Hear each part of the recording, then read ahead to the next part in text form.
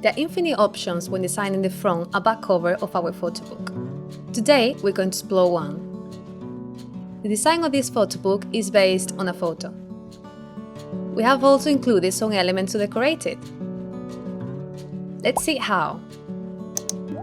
First, we drag our photo over the canvas until we see the blue frame so that it's fixed as our background.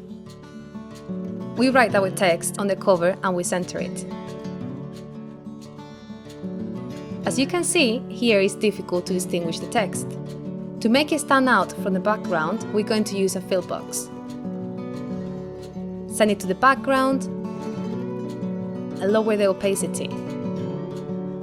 We're going to include a mask, so there is no hard border. Great!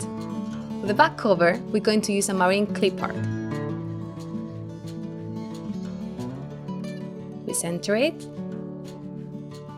and increase the brightness so it's white. Again, to make it stand out from the background, we're going to copy the same fill box we have included on the text and paste it below our clip art. And it's done! Now we can see our elements clearly.